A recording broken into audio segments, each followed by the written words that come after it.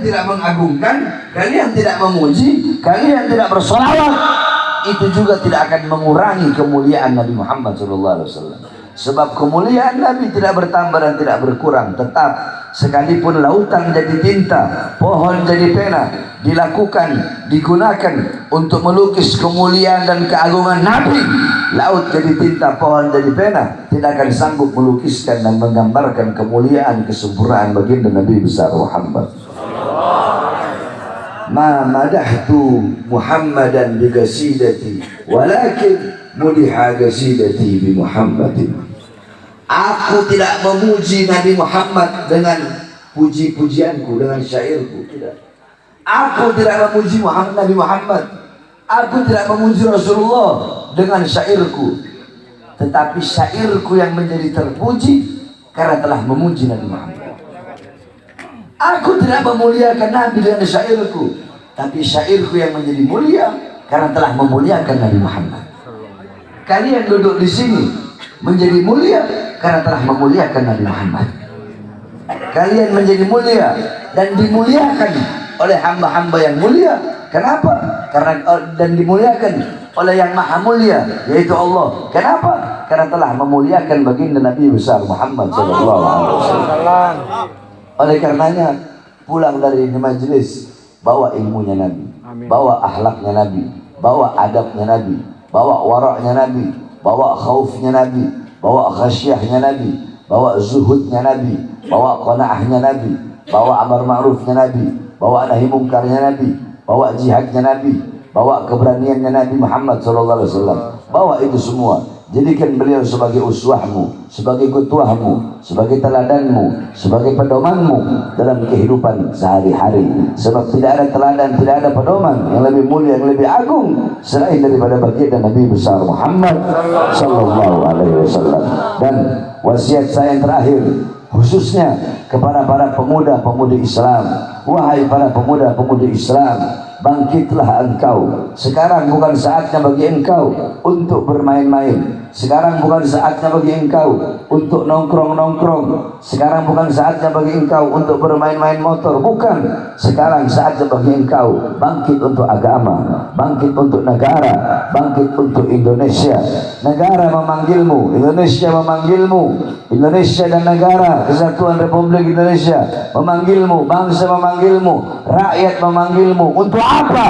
Untuk membela Indonesia kita daripada pengkhianat-pengkhianat bangsa, untuk membela Indonesia kita daripada pemerintah-pemerintah yang zalim kepada rakyat, daripada mereka para pemerintah-pemerintah yang hidup kenyang di saat rakyat susah kelaparan, mereka yang hidup senang di saat rakyatnya susah, mereka yang hidup enak di saat rakyatnya mati kelaparan. Wahai para pemuda, Indonesia memanggil kalian, merah putih memanggil kalian, Garuda memanggil kalian, agama memanggil kalian untuk kalian membela agamanya, membela para ulama-ulamanya, membela para habaib-habaibnya. Maka wahai para pemuda-pemudi Islam, bangkitlah engkau untuk engkau punya agama, untuk engkau punya negara, untuk engkau punya Indonesia. Bangkitlah engkau, jangan pernah engkau tunduk kepada kezaliman, tunduk kepada kemungkaran. Sampaikan kepada mereka, para pengkhianat-pengkhianat bangsa, hei kalian para pengkhianat-pengkhianat bangsa, hei kalian para pejabat-pejabat dan aparat-aparat zalim, hei kalian yang mengkhianati rakyat, hei kalian yang suka berjanji memakmurkan rakyat, mensejahterakan rakyat, tetapi nyatanya rakyat tidak sejahtera, rakyat tidak makmur. Yang makmur adalah asing, yang makmur barat, yang makmur orang lain, bukan masyarakat dan bukan rakyat Indonesia. Hei kalian, dengarkan suara kami, suara Indonesia, suara rakyat, suara bangsa. Kami pemuda-pemudi Islam bersumpah demi Allah, selama darah kami masih merah, tulang kami masih putih, merah putih, maka selama itu kami akan tegak berdiri. Kami santri-santri yang pakai sarung akan berada di barisan paling depan, rela hancur, rela binasa demi bangsa dan rakyat Indonesia. Saudara, saya tanya semuanya, siap hancur demi Indonesia? Siap binasa demi Indonesia? siap lawan para koruptor, siap lawan para pengkhianat bangsa, siap lawan para pejabat biadab, siap lawan para aparat keparat. Allahu Akbar, Allahu Akbar. Saudara-saudara, tidak ada kata kapok bagi saya. Tidak ada kata kapok bagi Bahar bin Smith. Tidak ada kata capek bagi Bahar bin Smith. Tidak ada kata lelah bagi Bahar bin Smith. Mungkin ustadz-ustadz, kiai-kiai, habib-habib yang lain mungkin masuk penjara, keok, keluar ceramahnya lembut, atau dia mungkin nggak ceramah lagi udah kapok. Saya berkali-kali masuk penjara, saudara-saudara. Tahun 2020 saya baru bebas. Anak saya masih umur 6 bulan. Saya tidak peduli dengan istri saya. Saya tidak peduli dengan saya punya keluarga. Anak saya masih umur 6 bulan waktu itu. Saya baru bebas 2020. Baru bebas 2 hari. Musim corona. Saya ceramah.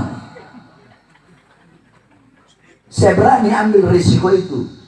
Saya tahu ini kalau saya ceramah ini pasti saya bakal ditangkap, pasti saya bakal dipenjara. Apa isi ceramah saya? Hei Jokowi, kau mau matiin rakyat pelan-pelan. Rakyat kau kurung dalam rumah di masa corona. Tidak kau beri makan, tidak kau beri uang, tidak kau beri pesangon. Hei Jokowi, di musim corona, mal-mal punya asing buka, warung-warung kecil punya pribumi kau tutup, kau suruh tutup. Berapa banyak pengangguran? Tetapi tenaga kerja kau kirim dari asing. Saya tanya, siapa dalam ceramah saya yang saya bela? Diri saya, keluarga saya, murid saya, atau rakyat? Rakyat. Siapa yang saya bela? Siapa yang saya bela? Sampai saya harus 2 hari bebas masuk dalam penjara. Siapa yang saya bela? Siapa yang saya bela? Apakah pernah saya pilih rakyatnya, mau Islam, mau Kristen, mau Buddha, mau Hindu?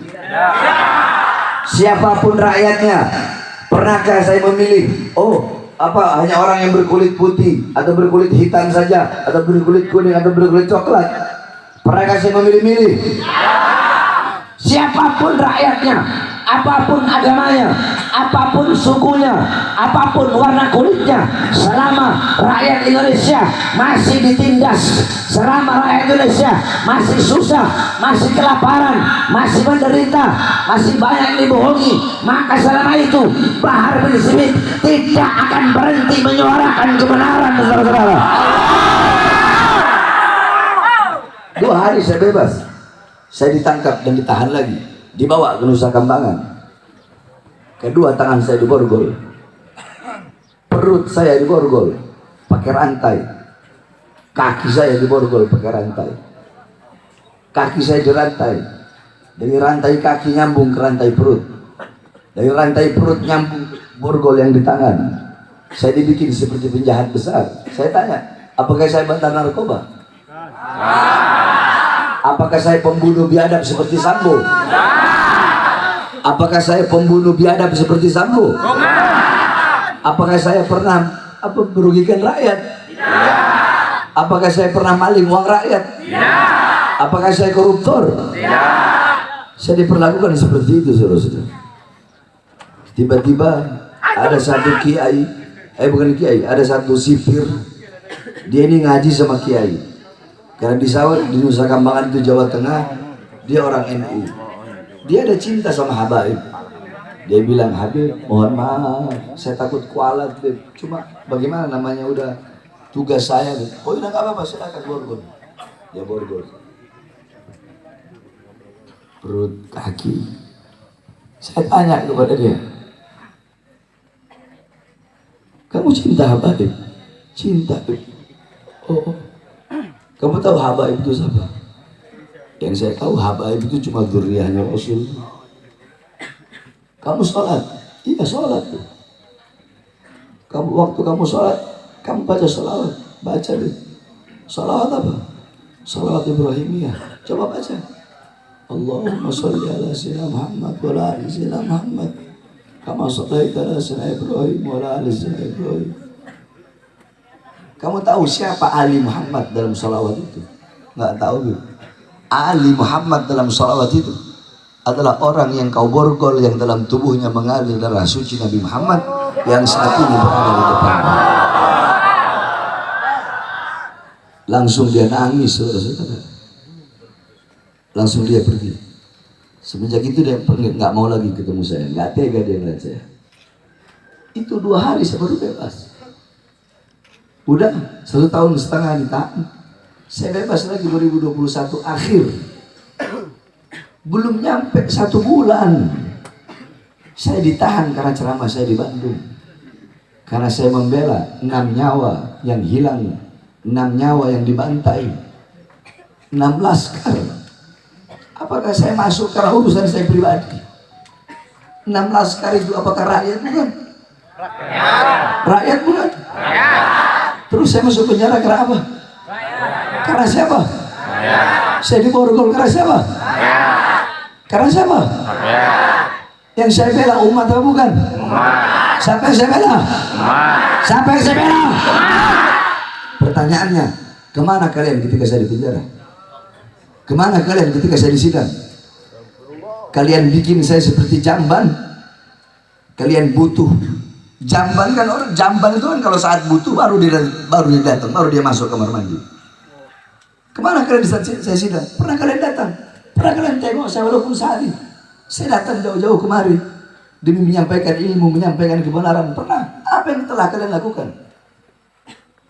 Jadi jangan pernah kalian mau ngomong masalah cinta, bohong, munafik, dusta semuanya. Oleh karena saya sampaikan, Bahar bin Smith nggak akan pernah kapok. Apalagi kalau sampai memang benar ada yang tekan-tekan, semakin ditekan, saya akan semakin datang kepada acara. Kalau benar ini acara ditekan. Sebab banyak juga panitia yang suka bohong, biar Habib Bahar hadir, mereka bohong, kita ditekan begini-begini. Karena mereka tahu, wah Habib Bahar orangnya nggak bisa ditantangin. Kalau ditantang, dibilang ditekan, pasti hadir. Ada juga yang begitu. Nah kalau ini nggak tahu benar apa enggaknya. Oleh karena saya sampaikan, saya Bahar bin Smith tidak pernah kapok. Lau gata'tani irban. Saudara-saudara, suara-suara kebenaran yang saya sampaikan, suara-suara kebenaran yang saya sampaikan akan membuat hidup mereka para pengkhianat bangsa tidak tenang. Suara-suara kebenaran yang saya sampaikan akan membuat tidur mereka tidak nyenyak dan tidak menyenangkan. Suara-suara kebenaran yang saya sampaikan akan membuat mereka mengingat dosa-dosa yang telah mereka lakukan. Saudara-saudara, saya sampaikan kepada mereka, kalian bisa memenjarakan jasad saya, kalian bisa memenjarakan kedua mata saya, tangan saya, bisa memenjarakan kedua mata saya daripada melihat apa yang ada di luar penjara. Kalian bisa memenjarakan tangan saya, memborgol tangan saya, kaki saya, jasad saya, bisa kalian penjarakan raga saya, bisa kalian penjarakan badan saya, bisa kalian penjarakan. Tapi demi Allah, suara-suara kebenaran yang selama ini saya gaungkan dan saya sampaikan kepada seluruh rakyat dan umat Islam Indonesia tidak akan pernah bisa kalian padamkan dan kalian penjarakan sampai datangnya akhir zaman, saudara-saudara. Lau kata'tani irban, andaikan buat badan saya, jasad saya dipotong-potong menjadi bagian-bagian, beberapa bagian, dicincang-cincang badan saya, dipotong-potong jasad saya, agar saya berhenti menyuarakan kebenaran, agar saya berhenti menggaungkan kebenaran. Demi Allah, semakin dicincang-cincang badan saya, semakin dipotong-potong badan saya tidak akan semakin berhenti, saya tidak akan bungkam, saya tidak akan diam. Justru semakin dicincang badan saya, semakin dipotong-potong badan saya Bahar bin Smith bersumpah akan semakin menyuarakan dan menggaungkan kebenaran, saudara-saudara. Makanya saya tanya, semua yang hadir di sini siap sampaikan kebenaran? Siap sampaikan berkebenaran? Siap bela rakyat? Siap bela bangsa? Bagi kita NKRI harga mati, betul? NKRI NKRI, NKRI. Merah putih harga mati, Indonesia harga mati, Pancasila harga mati, betul?